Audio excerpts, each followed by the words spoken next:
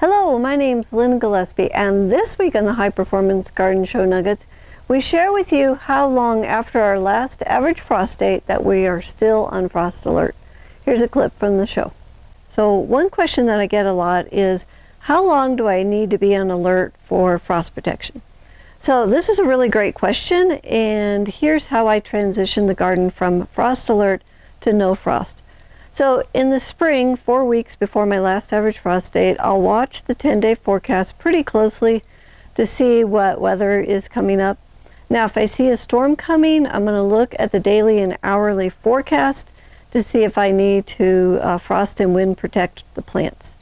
So I just use one weather app for my forecast so that I get used to how accurate it is for my garden. So the forecast information that's predicted for the app that I use is usually about 4 degrees off.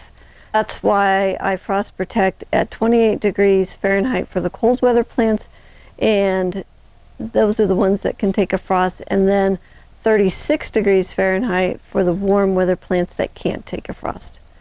Now I have my frost protection system close by, so I'm not trying to find something at 10 p.m. at night in my pajamas. Been there, done that, not going to do that again. So I'll stay on alert for 5 weeks past my last average frost date. Because the frost date is an average, it is not an absolute, and I have seen frost 5 weeks past my last average frost date. So when I pay attention and cover the plants when needed, I will have a lot better success with my garden. So the question is not if it will freeze, but when. If I'm ready, the garden and I can handle the frost just fine.